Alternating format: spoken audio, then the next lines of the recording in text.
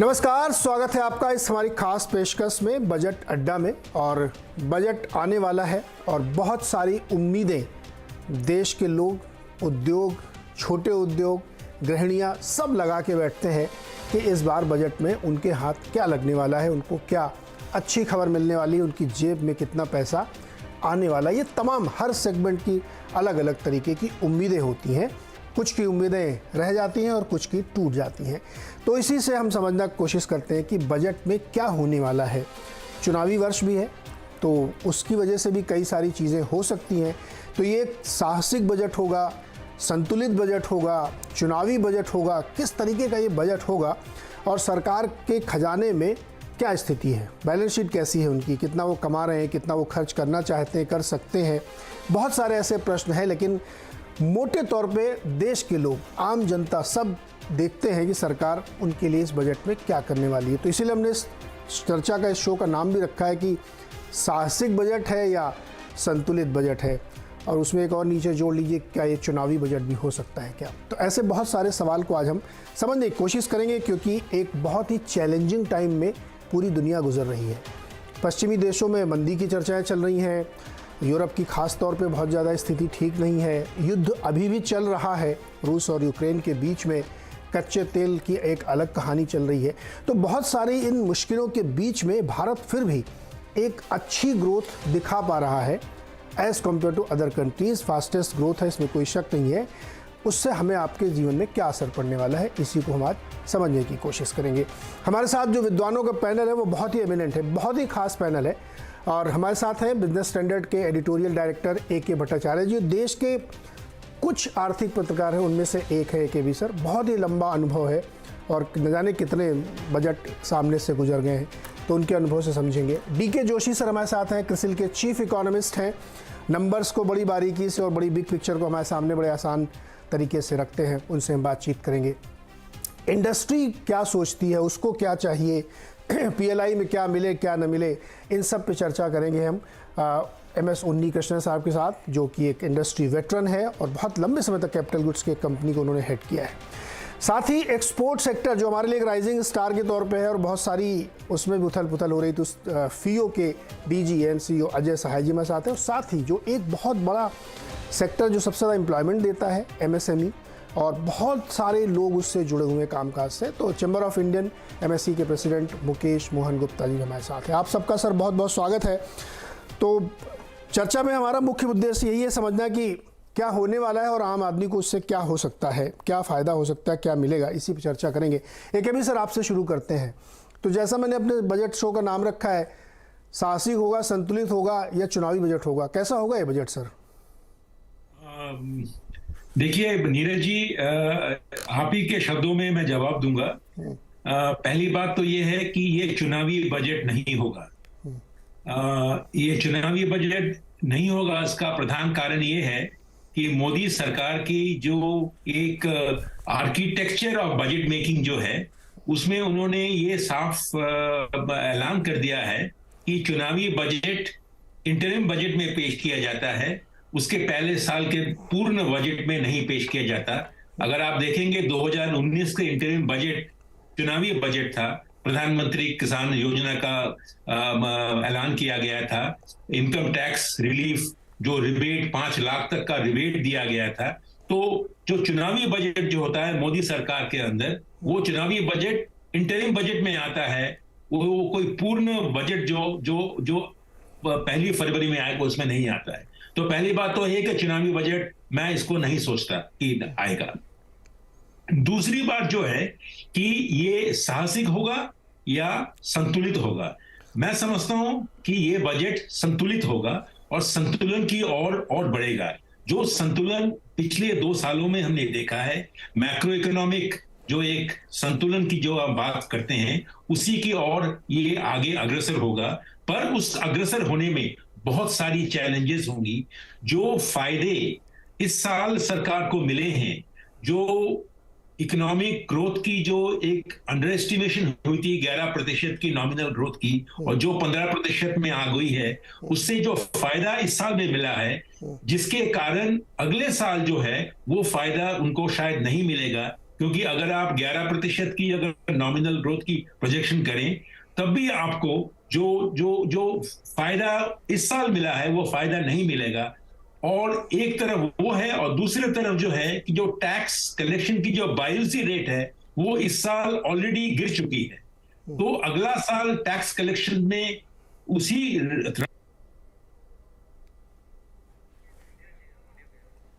जी करने की कोशिश रहेगी। जी, मैं रिकनेक्ट कराऊंगा सर, आपका ऑडियो में थोड़ी दिक्कत आ रही है। मैं तब तक जोशी जी के पास चलता हूँ। जोशी सर, बैलेंस शीट कैसी दिख रही है आपको? कितना बायंसी हो सकती है? और जैसे हम लोग घर का बजट बनाते हैं ना कि कितना कमाया और कितना खर्च करेंगे, तो उसी के आधार पर तय होता है कि हम बोल्ड स्टेप लेंगे या जैसे चल रहा वैसे ही चलने देंगे। तो आपको कैसा लग रही है बैलेंस शीट, और कैसा आपको बजट आने की उम्मीद है? देखिए, बैलेंस शीट इस साल के लिए 22-23 के लिए तो ठीक है, क्योंकि जैसा कि अभी AKB साहब भी बता रहे थे कि आपको नॉमिनल GDP ग्रोथ ऊंचा हो गया, तो आपका जो टैक्स कलेक्शन है वो काफी सुधर गए, उस वजह से आप एक्स्ट्रा खर्चा कर पाए।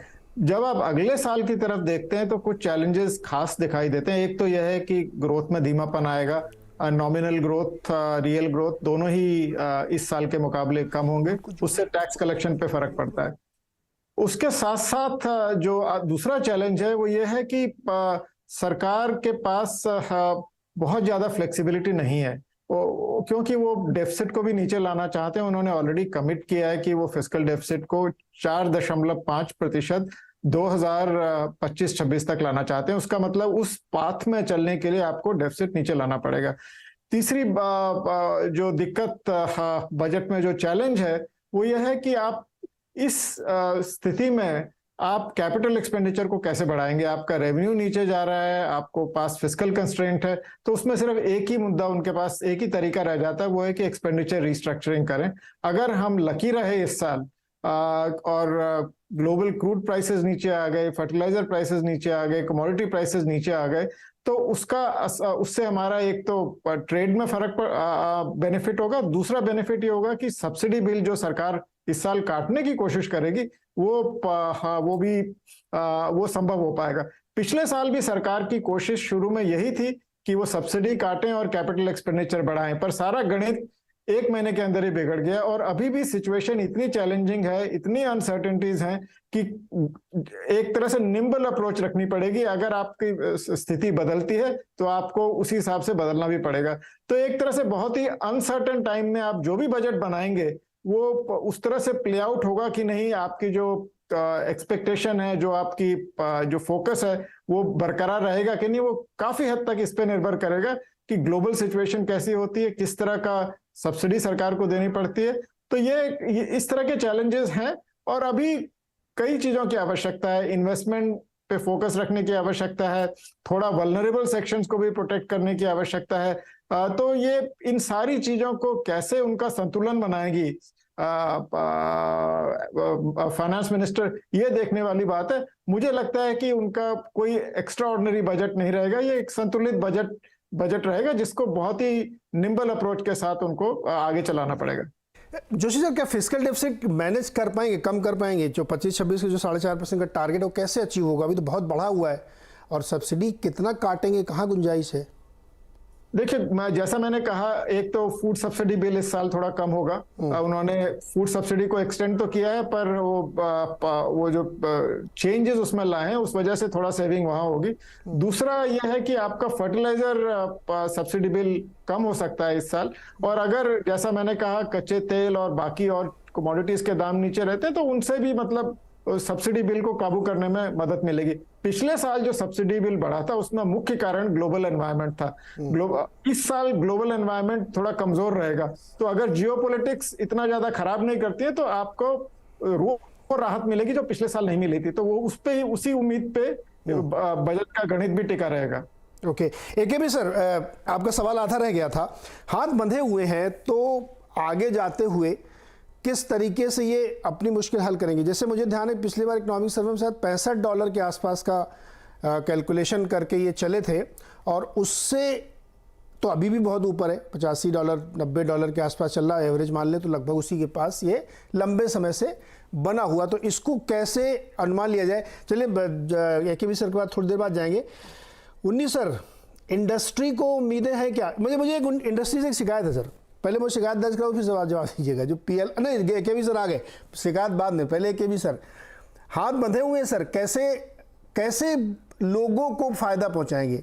एम्प्लॉयमेंट की समस्या है, महंगाई की समस्या है, सब्सिडी भी काटना है, तो कैसे करेंगे सर ये? AKB sir. देखिए, जो आपने जो सवाल उठाया है वो, जैसे मैंने कहा कि चैलेंजेस काफी भारी होंगी, पर सरकार के पास दो तरफ से मैं समझता हूं कि एक अपॉर्चुनिटी आएगी। वो है कि करीबन जो फूड सब्सिडी बिल जो है वो काफी घट जाएगी अगले साल। वो करीबन 0.4 परसेंटेज पॉइंट ऑफ GDP का एक इजाफा मिलेगा अगले साल।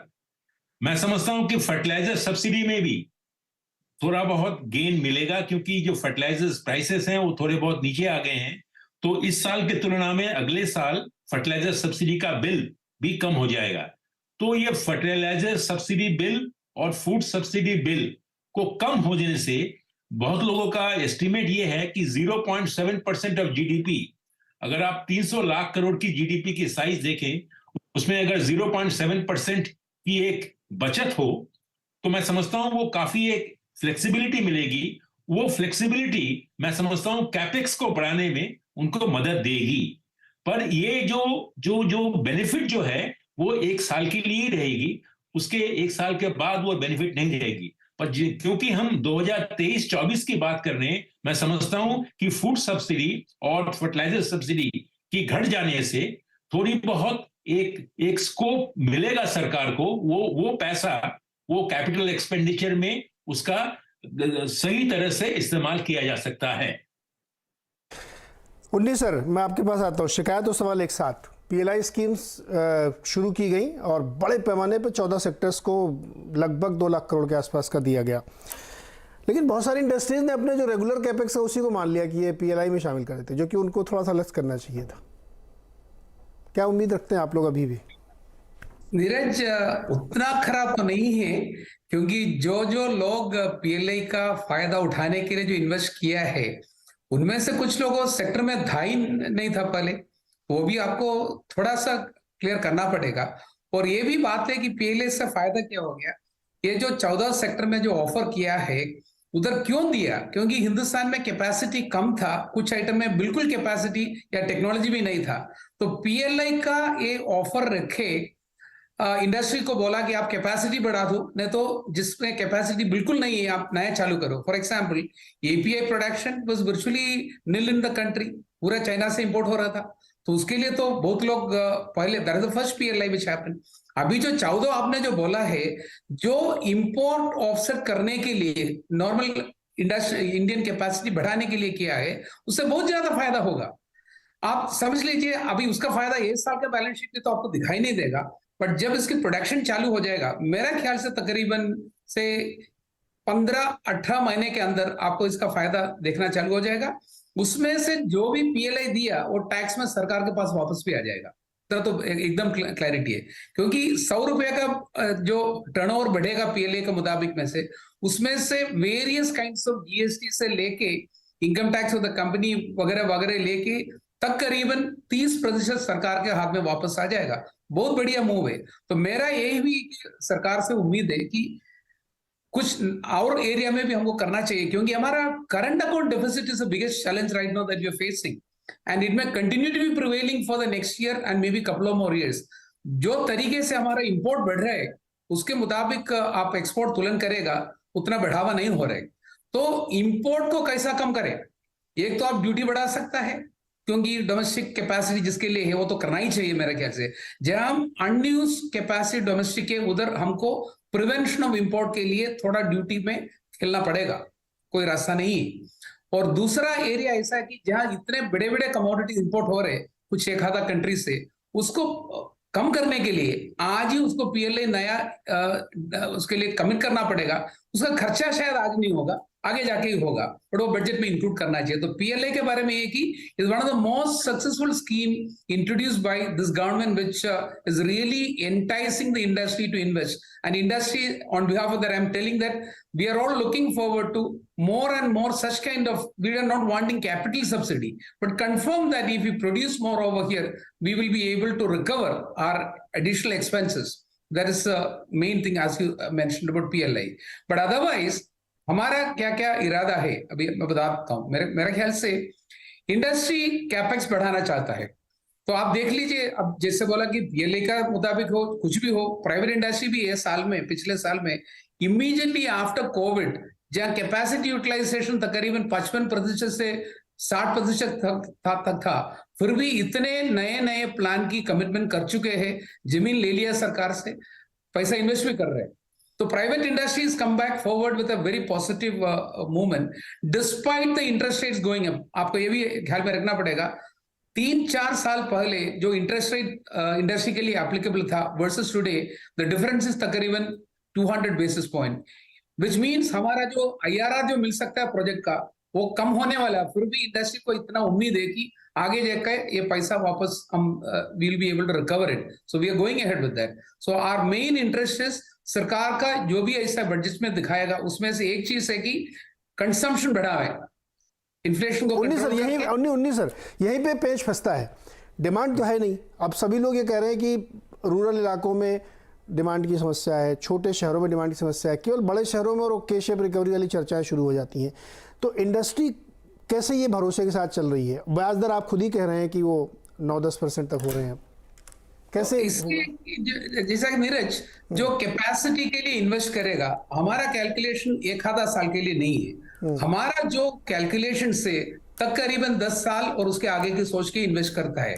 तो एक जमाना था कि जब हमारा पेबैक पीरियड कैलकुलेशन हिंदुस्तान में कोई भी इन्वेस्टर था 3 साल के अंदर पैसा वापस आना चाहिए करे, वो सब जमाना बदल गया। अभी हम भी आगे का सोचता है, तो अभी जो इन्वेस्ट करेगा हमको मालूम है शायद जो भी इकोनॉमिक डिफिकल्टीज होगा, अगर पूरा यूक्रेन वार जैसे भट्टाचार्य साहब ने बात किया, जोशी जी ने बताया, जो तरीके से इंटरनेशनल प्रेशर भी आ जाएगा, हमको उतना डर नहीं। हमको ये मालूम है कि हिंदुस्तान में कंजम्पशन बढ़ने वाला है और इतना पॉपुलेशन है, हमारा Indian market itself is so large enough, अगर वो मार्केट कोई भी फोकस करेगा इन्वेस्टमेंट हमारा रिटर्न आ जाएगा, तो हमारा कोई भी डर नहीं उसके बारे में। हमको ऐसा चाहिए कि make it easy for us to invest, don't make it difficult, support us in those kind of things, don't come with anything जो तरीके से आज चल रहे हम कॉन्फिडेंटली इन्वेस्ट करेंगे आगे जाके भी। ओके अजय सर, कैसा आप लोगों का कामकाज चल रहा है और क्या एक्सपेक्ट कर रहे हैं आप बजट में? देखिए, अभी तक exports growth of course slow down हुई है, बट एज ऑफ नाउ दिसंबर तक अराउंड 9% ग्रोथ है, और हमें लगता है कि ये fiscal year we will end with an export of around $450 to $460 billion as compared to $422 billion. So looking into the global scenario, अच्छी ग्रोथ मानी जा सकती है। और हम ये भी देख रहे हैं कि जो भी फोरकास्ट आ रहे हैं ग्लोबल इकोनॉमी, ग्लोबल ट्रेड के, वो क्वाइट चैलेंजिंग ट्रेड आ रहे हैं फोरकास्ट। उस सिनेरियो को देखते हुए सो फार ग्रोथ हैज बीन गुड, और हमें लग रहा है कि जो नेक्स्ट फाइनेंशियल ईयर में हम एंटर करेंगे, we will have 2 positive with us. एक तो जैसे पीएलआई स्कीम की बात की है, पीएलआई स्कीम में जो इंक्रीमेंटल प्रोडक्शन है that will go up, and much of the जो प्रोडक्शन होगा that will find Avenue in exports. और सबसे बड़ा जो पीएलआई स्कीम का पॉजिटिव अभी तक नजर आया वो हमने देखा है मोबाइल सेक्टर में, जहां पे एक नेट इंपोर्टर थे हम, वो नेट एक्सपोर्टर हो गए हैं, और प्रॉब्ली इस फाइनेंशियल ईयर में हम around $8 to $9 billion mobile exports करेंगे। और जो सेगमेंट है ये बहुत इंपॉर्टेंट है पीएलआई स्कीम इस कंटेक्स्ट में, कि जो ग्लोबल ट्रेड है उसमें 35% इलेक्ट्रॉनिक्स और मशीनरी सेक्टर का शेयर है। इसमें हमारा शेयर ग्लोबल ट्रेड में 1% से कम है, करीब 0.8% है। तो जो पीएलआई इन्वेस्टमेंट जब इन सेक्टर्स में आएगा, जो कैपेबिलिटी होगी वो हमें हेल्प करेगी कि इंडिया एक्सपोर्ट बढ़ाने के लिए मीडियम टू लॉन्ग टर्म में। अभी हमारा सबसे बड़ा चैलेंज जो है वो स्ट्रक्चर ऑफ एक्सपोर्ट्स को लेके है। हमारा जो 70% एक्सपोर्ट है उस सेगमेंट को जाता है जहां global import size is just 30% of the total trade. हमारा जो 30% एक्सपोर्ट है वो इस सेगमेंट को जाता है जहां 70% ग्लोबल इंपोर्ट हो रहा है। तो पीएलआई स्कीम के आने से ये जो मिसमैच है इसको हम काफी हद तक एड्रेस कर देंगे। दूसरी चीज हम ये भी देख रहे हैं कि हमारा जो इलेक्ट्रॉनिक्स इलेक्ट्रिकल इंपोर्ट्स है वो बहुत ज्यादा है, रफली $100 बिलियन प्लस का वो इंपोर्ट हो रहा है, तो पीएलआई स्कीम को हम उसको भी एड्रेस करेंगे। दूसरी प्लस पॉइंट है कि इंडिया ने बहुत effective free trade agreement sign किए हैं। पिछले साल भी हमने 2 एग्रीमेंट ऑपरेशनलाइज किया है, एक यूएई के साथ, दूसरा ऑस्ट्रेलिया के साथ। और जिस तरह ये एग्रीमेंट में, क्योंकि इंडस्ट्री को मार्केट एक्सेस में थोड़े से इश्यूज होते हैं, जब 1-2 साल में एग्रीमेंट मैच्योर होते हैं तो इसमें ग्रोथ। अजय सर, हम एक ऐसे सिनेरियो में इस बजट को लेके आ रहे हैं या उस पर एक्सपेक्टेशन रख रहे हैं जहां पे पूरी दुनिया में ले ऑफ हो रहे हैं। डेल जैसी कंपनी है, माइक्रोसॉफ्ट ये कह रहे हैं हार्डवेयर की डिमांड गिर रही है। टेक्सटाइल कंपनियां रीनेगोशिएट कर रही हैं यूएस की कंपनीज के साथ क्योंकि वो उस भाव पे माल नहीं खरीदना चाहते। इलेक्ट्रॉनिक्स की डिमांड घट रही है और ये हार्डवेयर के सेगमेंट की मैं बात कर रहा हूँ। तो जहाँ पे जो कोरोना काल में एक विचित्र सी स्थिति बनी थी कि हर कंपनियां 4-4 गुना कर रही थी, अब वो डाउनसाइजिंग कर रही हैं रीबैलेंस करने के लिए अपने आप को। तो डिमांड का एक सिनेरियो डोमेस्टिक तो है ही है, दुनिया में भी है सर। रोज़ सुबह खबर आती है कि हर बड़ी कंपनी, जिसको फैंग कह लें या फैंग के अलावा नैस्डैक में ले लें, S&P ले लें, सब ये कह रहे हैं कि वो चैलेंजिंग सिनेरियो है। तो ये प्रैक्टिकली मुझे बताइए, थेरेटिकली तो ठीक है कि लॉन्ग टर्म बजट तो हम 1 ही साल के लिए बना रहे हैं ना, कैसे आप किस उम्मीद में ये कह रहे हैं कि बहुत अच्छा हम कर पाएंगे? डिमांड किधर है सर? ग्लोबल डिमांड की समस्या खड़ी है। देखिए, आप ठीक कह रहे हैं, जो पेंटअप डिमांड थी 2022 में, वो पेंटअप डिमांड नहीं है, बट फिर भी दो ऑफ कोर्स बहुत सी इकोनॉमी स्लो डाउन हुई है, इंडिया के लिए अपॉर्चुनिटी भी आ रही है। हमने एक फ्री ट्रेड एग्रीमेंट की बात की है। दूसरी जो जियोपॉलिटिकल सिचुएशन है उसमें भी इंडिया के पास काफी अपॉर्चुनिटी है। हम लोग ये देख रहे हैं कि हम जो रुपी पेमेंट मैकेनिज्म हमने रशिया के साथ इस्टेब्लिश किया है, हम $5 to $7 बिलियन रशिया से एडिशनल एक्सपोर्ट करेंगे। जब यूरोप और रशिया के बीच में जो ट्रेड था वो अराउंड $120 बिलियन का, उसको एनर्जी सेक्टर को हम हटा दें, अराउंड $65 बिलियन का रशिया का ट्रेड यूरोप के साथ है। उसमें हमने अभी देखा है कि बहुत सा इंडिया का जो पेट्रोलियम एक्सपोर्ट बढ़ा है, उसमें ये भी फैक्टर है कि इंडिया ने रशिया से क्रूड लिया और प्रोसेस क्रूड जो है वो सप्लाई किया है यूरोप को। इसी तरह स्टील सेक्टर, सीमेंट में भी ह्यूज अपॉर्चुनिटी आ रही है।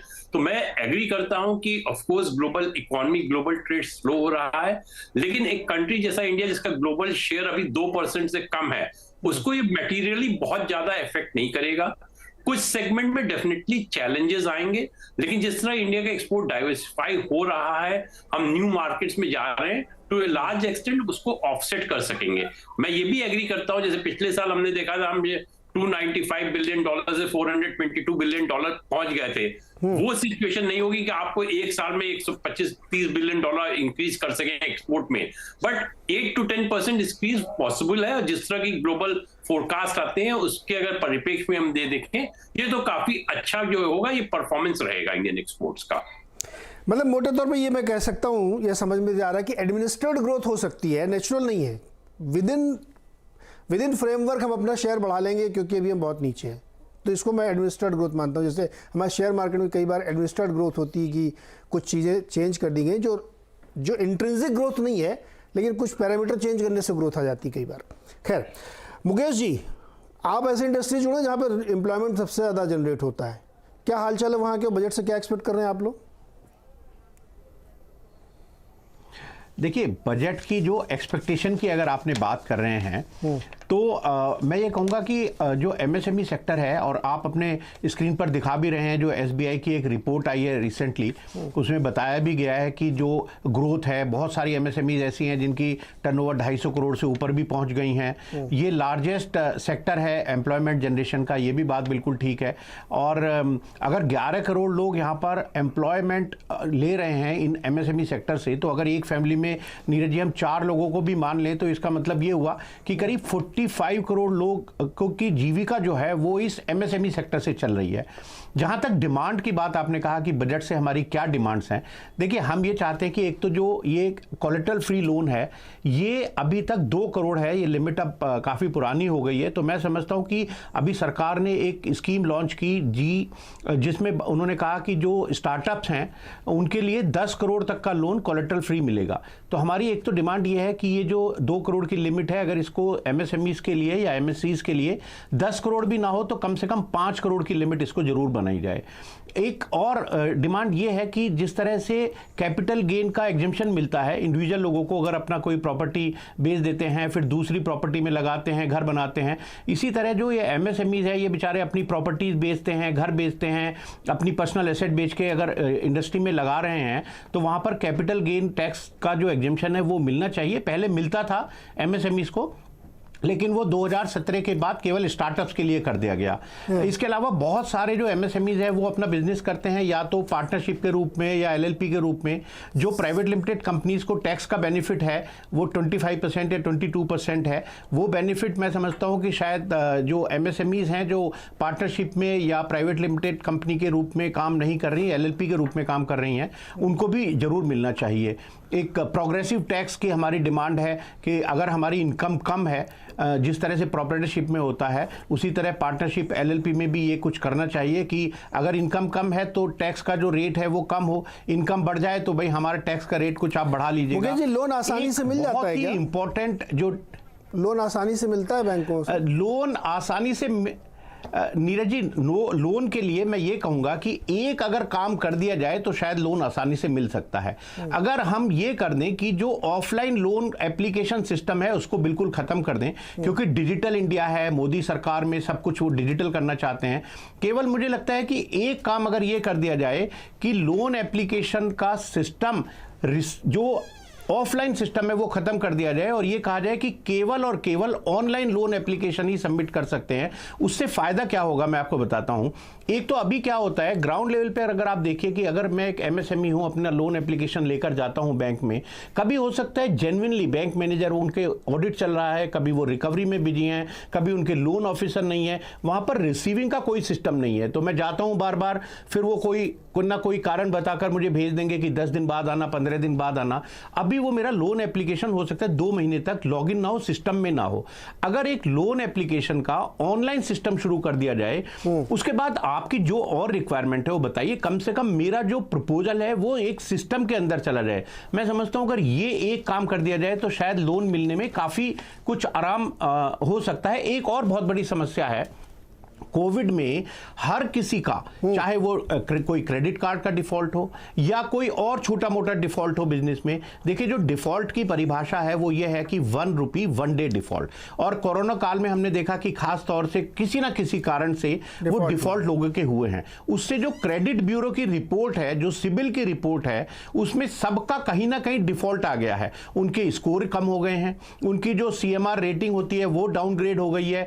मुझे ऐसा लगता है कि पास में हम जितने भी एमएसएमई से मिल रहे हैं, अधिकतर लोगों की ये शिकायत है और ये प्रॉब्लम है कि सिबिल या जो भी कोई क्रेडिट ब्यूरो है उसका स्कोर कम होने की वजह से बैंकर्स के सामने मजबूरी हो जाती है कि वो लोन कर नहीं पाते क्योंकि किसी को पावर नहीं है। अगर कुछ ऐसा कर दिया जाए कि कम से कम जो कोरोना का जो डिफॉल्ट हुआ उससे जो सिबिल स्कोर या क्रेडिट स्कोर या जो सीएमआर रेटिंग है वो डाउनग्रेड ना हो, तो मैं समझता हूं कि ये एक बहुत बड़ा, ये कैसे होगा? ये तो सरकार को, सेक्टर के लिए ये तो सरकार को प्रावधानों में बदलाव करना पड़ेगा।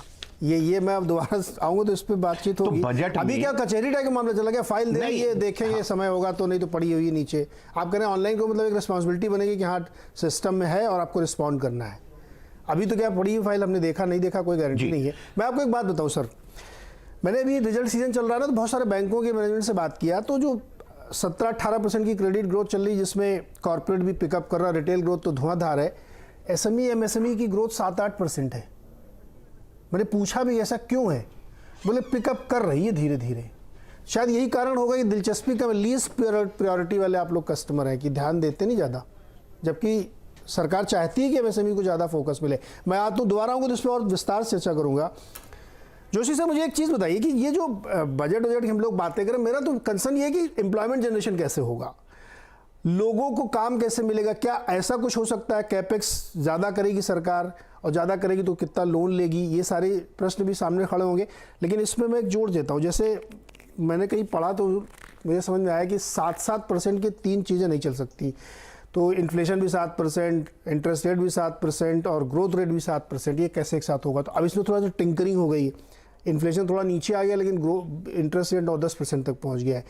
ये जो पैरामीटर, इसके इस फ्रेमवर्क में सरकार कैसे अपना कैपेक्स बढ़ाएगी? उसको तो बहुत कर्जा वर्जा भी लेना पड़ेगा। एम्प्लॉयमेंट कैसे जनरेट होगा? देखिए, एम्प्लॉयमेंट जनरेट करने के लिए शॉर्ट टर्म में तो कोई जादुई छड़ी नहीं है किसी के पास भी। उसके लिए आपको अभी हमारे यहाँ हो ये रहा है कि जो वर्किंग एज पॉपुलेशन है वो बढ़ रही है, और उसके साथ साथ जो प्रोडक्शन सिस्टम है वो कम से कम लेबर इंटेंसिव होता जा रहा है, रिड्यूस हो रहा है। तो इस स्थिति में या तो आप बहुत तेजी से ग्रो करिए, या फिर आप उन सेक्टर्स की तरफ जाइए जहाँ पे एम्प्लॉयमेंट ज्यादा होती है, जैसे कि एमएसएमई सेगमेंट है। तो ये एक, और अभी जो पीएलआई स्कीम भी है उसमें कोई बहुत ज्यादा एम्प्लॉयमेंट जनरेशन नहीं होने वाला, वो इतनी एम्प्लॉयमेंट इंटेंसिव नहीं है। तो इसमें इस स्थिति में आपको शॉर्ट टर्म मेजर्स बफर्स रखने पड़ते हैं, जैसे कि रूरल एरियाज के लिए आपने रूरल एम्प्लॉयमेंट गारंटी स्कीम रखा है। और दूसरा तरीका यह है कि आप इस समय अगर बढ़ावा देना चाहते हैं, इन्वेस्टमेंट्स करना चाहते हैं, तो अगर कंस्ट्रक्शन सेक्टर की तरफ जाता है, मकान बनाने की तरफ जाता है, वो सबसे लेबर इंटेंसिव सेक्टर है और वो अनस्किल्ड लेबर को भी एब्जॉर्ब कर लेता है काफी हद तक। तो मुझे लगता है कंस्ट्रक्शन की तरफ अगर फोकस किया जाए तो आपका लेबर एब्जॉर्प्शन इकोनॉमी में बढ़ जाएगा। एक तो वो है। दूसरा ये है कि लॉन्ग टर्म के लिए हाँ मैन्युफैक्चरिंग है, पर वो उसका इमीडिएट बेनिफिट अभी दिखने में टाइम लगेगा। तो एम्प्लॉयमेंट की समस्या तो अवश्य है और इसका कोई जल्दी से समाधान नहीं है। नरेगा एक तरह से बफर प्रोवाइड करता है, सेफ्टी नेट प्रोवाइड करता है रूरल एरियाज में, कि अगर एम्प्लॉयमेंट अपॉर्चुनिटी कम है लोगों के पास तो वो इसका फायदा उठा सके। तो यही कुल मिला जुला के इसी तरह से अभी काम चलाना पड़ेगा। और आगे चलते हुए अगर मैन्युफैक्चरिंग वाकई हमारा ग्रोथ इंजन बन जाता है और टेक्सटाइल और इस तरह के सेगमेंट्स जो लेबर इंटेंसिव है ये भी पिकअप करते हैं, तो ये एक तरह से लेबर को एब्जॉर्ब करने में मदद करेंगे। मतलब रियल एस्टेट सेक्टर के लिए कुछ खास करें सर? काफी तो पहले से 2 लाख रुपए की क्या छूट मिलती रहती है, और भी करने की जरूरत है क्या? नहीं, रूरल जो आवास योजना वगैरह हैं इनमें थोड़ा और इनके टारगेट्स अभी थोड़ा सा दूर हैं, तो इनमें ज्यादा फोकस किया जाए कि इनको कैसे टारगेट्स अचीव किए जाए, उसके लिए और आपको इन्वेस्टमेंट करनी पड़ेगी। मोटी तौर पे बात यह है कि कंस्ट्रक्शन एक्टिविटी अगर पिकअप करती है तो एम्प्लॉयमेंट भी पिकअप करती है। कंस्ट्रक्शन लगभग उतने ही लोग एम्प्लॉय करता है जितना मैन्युफैक्चरिंग करता है। ओके, एक भी सर आपके हिसाब से क्या हो सकता है, क्योंकि इस समय एम्प्लॉयमेंट बहुत चर्चा में है, 7, 7.5, 8% अलग अलग है। मैं इसमें एक और आप लोगों के साथ शेयर कर रहा हूँ। एक भी सर मैंने एक कंपनी से बात की जो स्टाफिंग का काम करती है, लिस्टेड है, बड़ी कंपनी देश की सबसे। तो उन्होंने बताया मुझे कि टेक्नोलॉजी सेक्टर में बहुत बड़े ले ऑफ के बाद थोड़ी थोड़ी अभी हायरिंग हो रही है, लेकिन बहुत ही स्किल्ड लोगों की हो रही है। नैनो टेक्नोलॉजी जानते हो तो खूब पैसे मिलके नौकरी मिल जाएगी, सिंपल आदमी हो तो संभव नहीं है। एक बड़ा चिंता कारण। दूसरा चिंता कारण था कि वही पुराने वाले जो पॉकेट्स हैं, बेंगलोर में, मुंबई में, चेन्नई में, दिल्ली में, यहाँ नौकरियाँ मिल जाती हैं, छोटे शहरों में फिर नहीं मिल रही। तो ये पुरानी 20 साल वाली कहानी चालू हो रही है और रूरल इलाकों में खास तौर पे ये दिक्कत है। तो अब मुझे ये बताइए कि इस बजट में नौकरी पाने के लिए, नौकरी बढ़ाने के लिए क्या प्रावधान सरकार को करने चाहिए, क्योंकि ये सबसे बड़ी चिंता है। आपने सही कहा, पर जैसे जोशी साहब ने कहा कि ये समस्या 1 साल में या 1 दिन में हल होने वाली नहीं है। ये समस्या बुनियादी समस्या है और इस समस्या का हल एक बुनियादी सुधार से ही होगा। और मेरे हिसाब से जो बुनियादी सुधार की जरूरत है वो 2 क्षेत्र में बहुत जरूरी है। जो सरकार ने जो कृषि क्षेत्र में सुधारों की बात की थी, मैं समझता हूं एक समय आ गया है कि अगर साहसिकता दिखाना होगा तो फिर से सरकार को 2024 के बाद या अगले साल अगर कृषि के सुधार की जो बात जो अब ठप हो गई थी उसको किस तरह से फिर से रिवाइव किया जाए। क्योंकि मैं समझता हूं अगर 60% लोग अभी भी कृषि के ऊपर निर्भरशील हैं, तो कृषि में किस तरह से उसकी उत्पादकता, उसकी प्रोडक्टिविटी, उसकी गेन्स कैसे बढ़े, वो बहुत जरूरी है। वो है पहली बुनियादी सुधार। और दूसरी बुनियादी सुधार है आप किस तरह से आपकी तकनीकी शिक्षा वो निचले और की जो low level technical education, Joshi साहब ने कहा कंस्ट्रक्शन सेक्टर में जॉब बहुत आते हैं, एकदम सही बात है, पर हम किस तरह से जो कंस्ट्रक्शन सेक्टर में जॉब करने के लिए जो productivity gains and profits and everything किस तरह से आए, क्योंकि हमारी जो लो लेवल आईटीआई लेवल जो एजुकेशन सिस्टम है वो एकदम ठप पड़ी है। मैं समझता हूं कि वो एजुकेशन सेक्टर, जो वोकेशनल ट्रेनिंग सेक्टर, उसमें भी काफी बुनियादी सुधार की बहुत सख्त जरूरत है। क्योंकि हम कृषि के लोग को अगर कंस्ट्रक्शन सेक्टर में लाना चाहते हैं तो वैसी बुनियादी तकनीकी शिक्षा की बहुत जरूरत होगी। तो मैं ये दो चीज बहुत सख्त जरूरत है। एक तो है कृषि सुधार, कृषि नियमों का सुधार, और दूसरी है कि बुनियादी तकनीकी शिक्षा का सुधार। ये दो चीज को अगर हम नहीं करेंगे तो जो चीज हमें 2 साल के अंदर, जो हमें 3 साल के अंदर जो रोजगार की जो समस्या, जो चैलेंजेस, जो चुनौतियां जो हैं, उसको मीट करने के लिए हम कामयाब नहीं होंगे। अगर हम तभी होंगे जब हम ये बुनियादी सुधार की तरफ थोड़ा बहुत ध्यान दें। सर, इसमें तो राजनीति होने लगती है कृषि सुधारों में। देखिए ना, पिछली बार कितनी पॉलिटिक्स हुई, वापस लिया, फिर उसके बाद अब कुछ हुआ ही नहीं है, और चुनावी साल है, कैसे अनुज जी, नीरज जी, मैं ये समझता हूं कि जो कृषि का सुधार जो थे, वो सुधारों को जिस तरह से अमल करने की कोशिश की थी, उससे समस्या आई थी। उस सुधारों की अमल करने की जो लॉजिक जो थी, उसमें कोई समस्या नहीं थी। तो अगर सरकार के पास अगर राजनीतिक साहसिकता फिर से दिखा सके, वो एक बहुत जरूरी सुधार का एक मुद्दा बनना चाहिए मेरे हिसाब से। नहीं, बिल्कुल सही बात आप करेंगे। अगर थोड़ा सा उसको अच्छे से हैंडल करते हैं, मिस हैंडलिंग की वजह से ज़्यादा लोग नाराज हो गए, ईगो पे ले लिया, तो लॉजिकली तो कोई भी समझदार आदमी मुझे नहीं मिला जो उनका विरोध कर रहा हो। तो अगर दोबारा से कोशिश की जाए समझदारी से बातचीत करके, तो शायद वो संभव। 19 सर, देखिए, जोशी जी भी कह रहे हैं और AKB सर भी कह रहे हैं कि एम्प्लॉयमेंट जनरेशन इतने आसानी से नहीं होगा, PLI से भी इतनी उम्मीद नहीं रखनी चाहिए, जादू छड़ी घुमा दी। मैं इसको थोड़ा सा और सर गंभीर कर देता हूँ, इस सवाल को गंभीर करने में मेरा इरादा ये है कि इसमें कुछ और इनपुट डालता हूँ मैं। देखिए, एम्प्लॉयमेंट की बहुत बड़ी समस्या है, PLI से कोई जादू छड़ी नहीं हो रही, लेकिन सरकारें इस तरफ किस तरह से प्रयास करें मुझे नहीं पता। स्किल्ड का एक बड़ा चैलेंज मैंने अभी उदाहरण दिया कि टीम लीज नाम की कंपनी मुझे बता के गई है कि अगर आप स्किल सेट आपके पास नहीं है नया, तो फिर बहुत मुश्किल है आपके लिए। कोविड के काल के बाद तो और दिक्कत हो गई है, एक समस्या। दूसरी समस्या ये है कि हमारे पास बहुत बड़ी आबादी है जो यंग है, जो काम कर सकती है, लेकिन उसमें से आधी आबादी जो महिलाओं की, उनका पार्टिसिपेशन बहुत कम है, अनप्रोडक्टिव काम में लगी है, जो इकोनॉमी में पार्टिसिपेट नहीं कर रही हैं। ऐसे में जैसे जैसे समय बीतता जाएगा, हम एक बोझ अपने ऊपर लेते जाएंगे। तो इसको कैसे दूर किया जाए? और इंडस्ट्री तो वैसे भी आप लोगों की सर बहुत ज़्यादा टैक्स हैवी होती जा रही, तो वहाँ पे तो नौकरियाँ कम जनरेट हो रही है। देखिए, PLI से नौकरियाँ जनरेट नहीं हुई है ज़्यादा। मेरा जिसमें एक गलत फहमी है, नौकरी तो हिंदुस्तान में बढ़ रहे हैं, बट जो तरीके से डिमांड है उतना सप्लाई नहीं है, होने वाला भी नहीं है, क्योंकि आबादी इतना ज्यादा है। तकरीबन 14.5 लाख इंजीनियर हर एक साल में पास होते हैं हमारा इंजीनियरिंग कॉलेजों में से। हमको 2 लाख इंजीनियर के ऊपर नौकरी देने के लिए कोई गुंजाइश ही नहीं है country.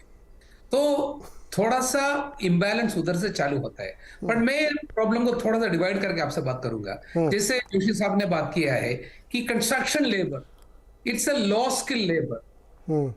Similarly that is only the civil construction के बारे में ये लोग बता रहे हैं। बट मेरा ख्याल से जहां मैकेनिकल कंस्ट्रक्शन हो रहे हैं, जो पावर प्लांट की कंस्ट्रक्शन हो रहे हैं, सोलर प्लांट की कंस्ट्रक्शन हो रही है, जितने फैक्ट्रियां खड़ा कर रहे हैं, उसमें जो स्किल चाहिए वो बिल्कुल नहीं है।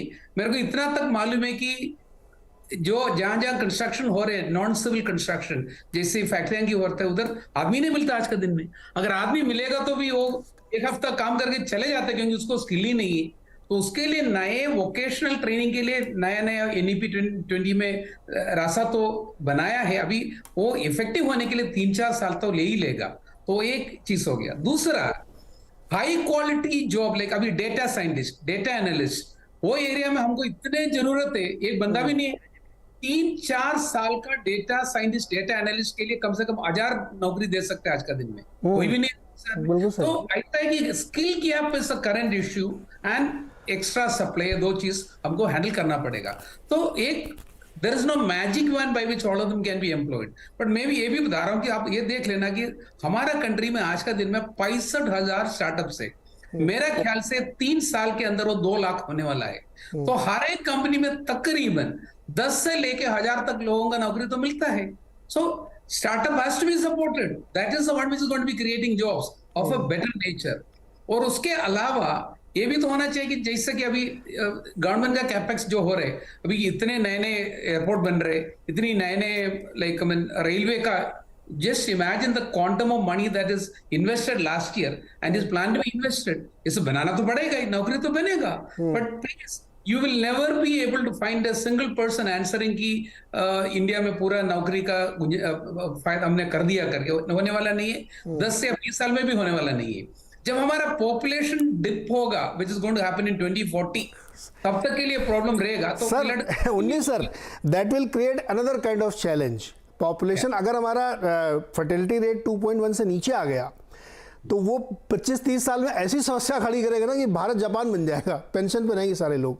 तो वो भी एक बहुत सुखद स्थिति नहीं है। लेकिन मैं आपकी इस बात से सहमत हूँ जो हमने अपने सवाल में रखा था कि अजय स्किल इंडिया तो भारत में एक चलाया गया था।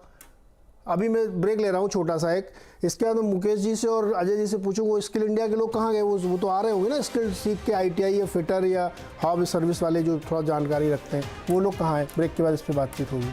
स्वागत है एक बार फिर से। बजट साहसिक होगा, संतुलित होगा या चुनावी होगा, इस पे हम चर्चा कर रहे हैं, समझने की कोशिश कर रहे हैं। मुकेश जी, संक्षेप में आपका जवाब चाहिए। जो सवाल हम लोग ब्रेक से पहले ढूंढने की कोशिश कर रहे थे, मुझे 2 ही सवालों का जवाब चाहिए। या तो एम्प्लॉयमेंट का कैसे जुगाड़ होगा ये बताया जाए, या मेरे हाथ में पैसा कैसे आएगा ये बताया जाए। बताइए। देखिए, इस बारे में अभी काफ़ी बात हुई एम्प्लॉयमेंट के बारे में, बट एक सेक्टर जो उसको टच नहीं किया गया, मैं समझता हूं कि MSME सेक्टर। MSME सेक्टर ही शायद एग्रीकल्चर के बाद सबसे ज़्यादा एम्प्लॉयमेंट जनरेशन का सोर्स है। तो अगर MSME सेक्टर को हम बढ़ावा देंगे, और जो सरकार दे भी रही है और हमें काफ़ी उम्मीद भी है इस बजट से, MSME सेक्टर ही नीरज जी शायद एक ऐसा सेक्टर है जहां पर एक तो ये जो बेरोजगारी की समस्या है इसको खत्म करेगा। क्योंकि हम जैसे मोदी जी कहते भी हैं कि भाई जॉब सीकर मत बनो, जॉब क्रिएटर बनो। और जैसे अभी बताया कि जो जिस तरह से स्टार्टअप बढ़ रहे हैं हमारे देश में, MSMEs का ग्रोथ भी हो रहा है। एक और बहुत इंपॉर्टेंट अभी सरकार ने एक कदम उठाया जहां पर उन्होंने उद्यम असिस्ट करके एक नई योजना शुरू करी, जो इनफॉर्मल सेक्टर के जो MSME छोटे जो बहुत ही माइक्रो एंटरप्राइजेज हैं, जिनके पास हो सकता है अपना GST भी नहीं है, पैन नंबर भी नहीं है, उनको 5 करोड़ लोग ऐसे हैं जिनको एक झटके में ये उद्यम रजिस्ट्रेशन, जो MSME का रजिस्ट्रेशन है, वो दे दिया गया उद्यम असिस्ट योजना के अंतर्गत। ये लोग जब फॉर्मल सेक्टर में आ जाएंगे तो एक भी अगर कोई भी इंडस्ट्री है, कोई भी एंटरप्राइज है, कोई ट्रेडिंग है, वो एक भी कोई शुरू होगी तो उसमें 2 या 3 लोग 4 लोग जरूर उसमें एम्प्लॉय करेंगे। तो मैं समझता हूं कि ये जो MSME सेक्टर है ये सबसे बड़ा सोर्स बनने वाला है बेरोजगारी की समस्या खत्म करने में और एम्प्लॉयमेंट देने के लिए। जो MSME सेक्टर है उस पर हमें काफी बड़ा भरोसा। देखिए, जो सरकारी नौकरी हैं वो कितनी नौकरी है नीरज जी? 2 करोड़ 3 करोड़ ज्यादा से ज्यादा। यहां पर जो MSME सेक्टर है सरकारी की तो सर कोई ज्यादा बात भी नहीं करते। तो इसीलिए हम कह रहे हैं कि जो एम्प्लॉयमेंट की जो समस्या है उसका जो समाधान मुझे लगता है कि वो MSME सेक्टर ही दे सकता है। एक तो बेरोजगारी की समस्या दूर करना, और जो लोग बेरोजगार हैं वो छोटा छोटा अपना व्यवसाय करें, 1-2 लोगों को और एम्प्लॉयमेंट में रखें, तो उनकी भी तरक्की होगी, देश की भी तरक्की होगी। ये जो बेरोजगारी की समस्या है ये भी शायद काफी हद तक दूर होने की। देखिए, आज भी 11 करोड़ लोग की हम बात करते हैं कि वो इन MSME द्वारा एम्प्लॉय किए गए। 11 करोड़ का मतलब ये हुआ नीरज जी कि 44 करोड़, अगर एक फैमिली में हम 4 लोग माने तो 44 करोड़, मतलब 140 करोड़ में से 44-45 करोड़ जो लोग हैं वो MSME सेक्टर से उनका गुजर बसर चल रही है। तो बड़ा नंबर है। देखिए, जब हम लोग जॉब की बात करते हैं ना, तो सरसरी तौर पे हर आदमी कुछ ना कुछ करके अपना घर चला ही रहा होता है, लेकिन क्वालिटी ऑफ जॉब का भी मैटर होता है ना, कि आप जॉब करके पैसा कितना कमा रहे हैं, क्या वो पैसा आपकी जीवन को चलाने के लिए सफिशिएंट है कि नहीं है। अब इतना वेरिएशन है यहाँ भारतवर्ष में नौकरियों की तनख्वाहों को लेकर के कि आप अकल्पनीय, आप सोच नहीं सकते कि एक गार्ड मुंबई जैसे शहर में, मैं बता रहा हूँ आपको, कि एक गार्ड जो बेचारा 12 घंटे की नौकरी करता है उसको शायद 7-8 हज़ार रुपये मिलते हैं, अप टू मार्केट 10 हज़ार मिलते हो। कैसे वो अपना जीवन चलाएगा? तो जॉब और क्वालिटी ऑफ जॉब में भी बड़ा फर्क होता है। लेकिन मैं एक और यहाँ सवाल रखना चाहता हूँ जोशी जी, इससे आपका जवाब चाहिए संक्षेप में। एक फैक्ट बस, हाँ जोड़ दीजिए मुकेश जी, जोड़ दीजिए, संक्षेप में जोड़ दीजिए, आप बोलिए सर। नहीं, मैं बस ये कहना चाह रहा हूं, देखिए स्किल डेवलपमेंट की जिसकी आप बात कर रहे थे ना, वो बहुत इंपॉर्टेंट है। आज अगर हम देखते हैं स्किल्ड, जब हम स्टाफ की बात करते हैं ना, तो बहुत ही मुश्किल से हमें स्किल्ड स्टाफ मिलता है। मैं समझता हूं कि यहाँ जितने भी पैनलिस्ट हैं या आप भी अगर अपने चैनल के लिए भी, जब आप स्किल्ड स्टाफ की बात करते हैं ना, तो शायद आपको बहुत मेहनत करनी पड़ती है, ढूंढना पड़ता है। तो ये जो लोग जॉब ढूंढ रहे हैं उनसे भी मेरी अपील है कि अपने आप को हमें स्किल करना पड़ेगा, हमें ये बनाना पड़ेगा लगेगा कि जो हमारी जो इंडस्ट्री की जो रिक्वायरमेंट है उसके हिसाब से अगर स्किल्ड लोग हो जाएंगे तो मुझे नहीं लगता कि ना तो सैलरी की शायद कोई समस्या है ना एम्प्लॉयमेंट की समस्या है। मुकेश जी, स्किल इंडिया का एक भारी प्रोग्राम चलाया गया था, उसमें यही तो सब सिखाया जा रहा था कि ITI वाले लोग जो प्लम्बर हैं, फिटर हैं, जो बिजली के मैकेनिक है, ये सब स्किल इंडिया प्रोग्राम इसलिए इतना बड़ा चलाया गया था। तो ये आप कैसे कह सकते हैं कि स्किल्ड लोग नहीं मिल रहे हैं? नहीं, देखिए, खाली सरकार के भरोसे रहकर हम नहीं कर सकते। ये जो स्किल्ड है ये हमें प्राइवेट ऑर्गेनाइजेशन से भी, हमें इंडस्ट्री से भी। आज आप देखिए, अगर आपके घर में कोई बल्ब फ्यूज हो जाए या उसको आपको बदलवाना हो, ट्यूबलाइट को, एक स्विच खराब हो जाए, उसके लिए भी कई बार ऐसा लगता है कि यार इलेक्ट्रिशियन हमें मिल नहीं पा रहा है। हमें सर, मैंने सीख लिया मुकेश जी, मैंने सीख लिया सही तरह से। मुकेश जी, मैं अपने घर की ट्यूबलाइट खुद बदल। हाँ, तो इसका मतलब मैंने सीख लिया। तो इसका मतलब ये हुआ कि आपको वो स्टाफ, वो स्किल्ड वर्कर मिलने में शायद थोड़ी दिक्कत हो रही है। नहीं, दिक्कत नहीं हो रही थी सर, वो बहुत पैसे ले रहा था, तो मैंने अपनी ट्यूबलाइट खुद ही बदल ली। वो आजकल बड़ी आसान हो गई है वो। तो आप तो कह रहे हैं कि पैसे ज्यादा मिल नहीं रहे, अभी आप कह रहे हैं कि पैसे नहीं, पैसे ज्यादा, तो इसका मतलब सैलरी बढ़ गई है उनकी, स्किल्ड लोगों की। वो तो मैं मान ही रहा हूँ, वो तो टीम लीज वाले मुझे बता के गए स्किल्ड लोग बहुत पैसे ले रहे हैं, लेकिन अनस्किल्ड की संख्या ज़्यादा है, तो इसलिए मैं अपनी ट्यूबलाइट खुद ही बदल लेता हूँ। आजकल बड़ा आसान उसको बदलना, उसमें चौक वो कुछ लगता नहीं है, वो डिजिटल वाली होती लग जाती। लेकिन सीरियस नोट पे सर, AKB सर और जोशी जी, आपसे एक करके मेरा सवाल है। देखिए, एक बड़ा परिवर्तन हुआ 2021 से लेकर के, कॉस्ट ऑफ फंड बढ़ गई है सर। देखिए, जब तक फ्री पैसा था तब तक सब कुछ बहुत हंकी डोरी था, दुनिया में सब चल रहा था बढ़िया। अब अमेरिका में भी 5.5% की ब्याज दर हो गई है। तो जब पैसा बड़ा महंगा हो गया है तो फिर वो सबके लिए दिक्कत खड़ी कर रही है ना। इसलिए मैं बार बार एक एम्फेसिस कर रहा हूं कि दो तरीके हो सकते हैं, या तो आप मुझे काम दे दो या मेरे हाथ में कुछ पैसा मेरे को छोड़ो। अब दोनों परिस्थितियां कैसे बनेंगी? Joshi ji, cost of fund तो बढ़ गई है।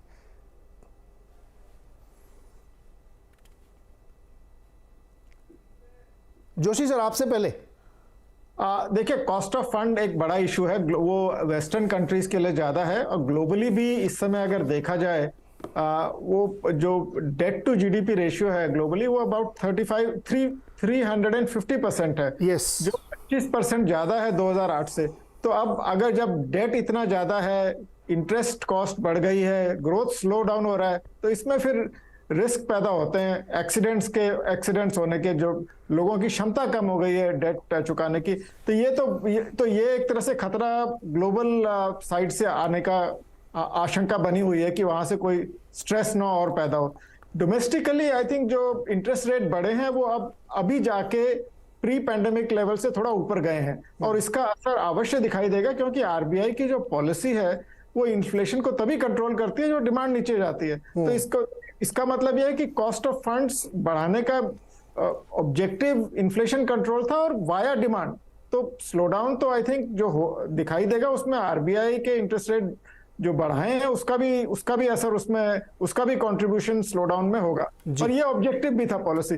अब दूसरी बात यह है कि जो इन्वेस्टमेंट्स हैं उनमें मुझे नहीं लगता कि इंटरेस्ट रेट का उतना ज्यादा रोल होता है। इन्वेस्टमेंट ज्यादा उस पर डिपेंड करते हैं कि आपका इकोनॉमिक आउटलुक कितना स्ट्रांग है। हमने ये भी देखा है पहले कि जब आउटलुक स्ट्रांग होता है तो लोग ज्यादा ब्याज पे भी पैसा उठा के इन्वेस्ट कर सकते हैं, तो वो इकोनॉमिक आउटलुक पे ज्यादा निर्भर करता है। सर, जोशी सर, ये चक्र है, इस चक्र को कहां से पकड़े? देखिए, हमारे देश में जो स्टार्टअप कल्चर इतना फ्लॉरिश हुआ, जिसको हम सेलिब्रेट भी कर रहे हैं, वो वेस्ट की ऑलमोस्ट जीरो कॉस्ट मनी पे हुआ है। भारत में कौन सा स्टार्टअप कल्चर की फंडिंग भारत में कोई कर रहा है? हुआ तो सब अमेरिका से है, जब 54 ब्याज पे मिलता था।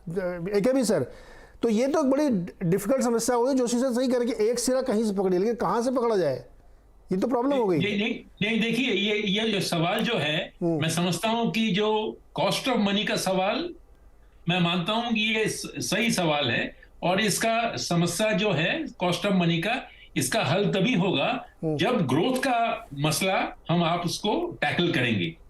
और ग्रोथ का मसला सरकार के पास है। सरकार को ये देखना पड़ेगा किस तरह से वो अपनी बोरोइंग को कम करके, जिससे कि मार्केट में डिमांड फॉर मनी कम हो ना। सरकार अगर 16 लाख करोड़ अगर मार्केट से अगर हर साल ले और उसको 16 लाख करोड़ को नीचे ना करे, तो मैं समझता हूं कि जो कॉस्ट ऑफ मनी जो है वो तो कम नहीं होने वाली ना। तो सरकार की जो दायित्व जो है वो भी आपको देखना पड़ेगा, किस तरह से सरकार अपने जो खाता को ठीक तरह से रेवेन्यू और एक्सपेंडिचर के खाते को संतुलन में लाए, जिससे कि उसको मार्केट में जाकर वो 16 लाख करोड़ की ग्रॉस बोरोइंग करे। अच्छा, AKB सर, तो वो भी एक बहुत बड़ा इशू है, वो कैसे कम करेगा? सर एक बहुत ही छोटा सवाल मुझे AKB सर आपसे जाएगा, क्या हमारे इनकम टैक्स में कुछ छूट बढ़ाएंगे, हमको थोड़ा रियायत देंगे क्या? मेरे ख्याल से एक इनडायरेक्ट तरीके से आने की हम उम्मीद कर सकते हैं। वो 10 लाख रुपए की इनकम के नीचे जो एग्जेम्पशन फ्री रेजीम जो है, हाँ। उसमें रेट की रद्दबदल हो सकती है। वो मैं मानता हूं कि वो एक रिलीफ होगा, वो भी उससे कंजम्पशन डिमांड में थोड़ी बहुत बढ़ोतरी ला सकती है वो। ओके, तो ये एक छोटी सी इनडायरेक्ट रियायत हमको मिल सकती है सर। CA लोग थोड़ा बढ़ा के उसको बड़ा भी बता देंगे हमें कि कैसे हो सकती है। लेकिन मूल सवाल जो हम लोगों ने यहाँ चर्चा किया उसमें एक एम्प्लॉयमेंट है, एक आपको कैसे बोरोइंग करके कैपेक्स करना है, सरकार को भी करना है, प्राइवेट वालों को भी करना है। और ये असली मुद्दे हैं कि कॉस्ट ऑफ फंड बढ़ने के बाद पूरी गणित जो है ना गड़बड़ा जाती है। इसे घर की गणित गड़बड़ाई हो, इसे सरकार की भी बैलेंस शीट में भी ये चीज़ें देखने को मिल रही है। बहुत बहुत शुक्रिया सर हमारे साथ जुड़ने के लिए। आज इतना ही, लेकिन अभी बजट में समय है, हम लोग ऐसी चर्चाएं और भी करेंगे। बहुत बहुत शुक्रिया हमारे साथ जुड़ने के लिए।